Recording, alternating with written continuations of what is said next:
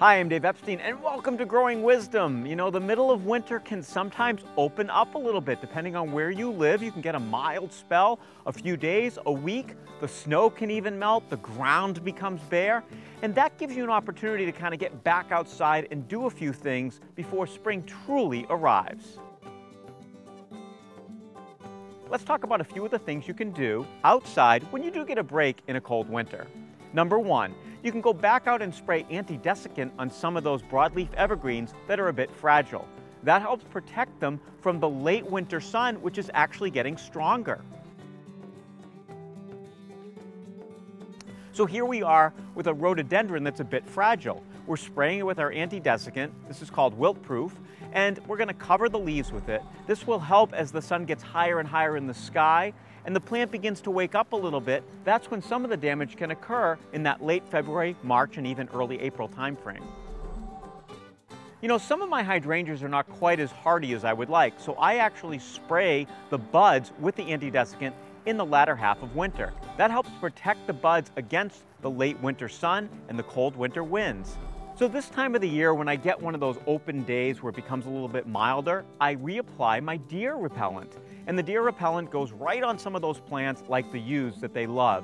If you only apply it once at the beginning of winter and wait until spring, sometimes it wears off. So I like to apply it when you get these nice warm days. One thing you want to be careful about is walking around your yard if the ground is still frozen. You want to be careful because you can do damage to your lawn by walking on a frozen lawn.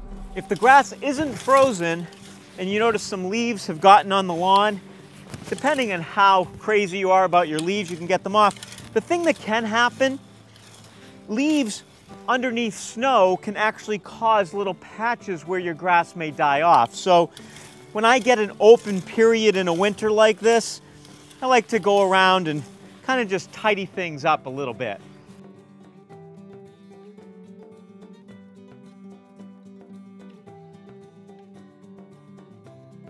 So breaks in winter also give you an opportunity to perhaps put a little bit more protection around some of the tender vegetation like heaths and heathers.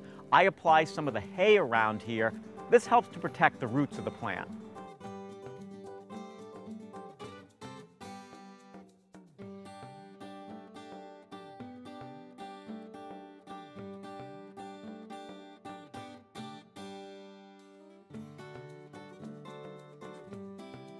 After a few snowfalls and the cold winter winds of winter, the ornamental grasses may not look very good.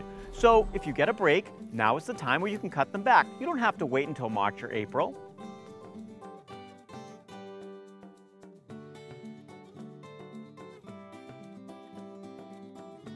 Late winter is a great time to cut back your roses and also begin to prune things like blueberries, raspberries, and blackberries.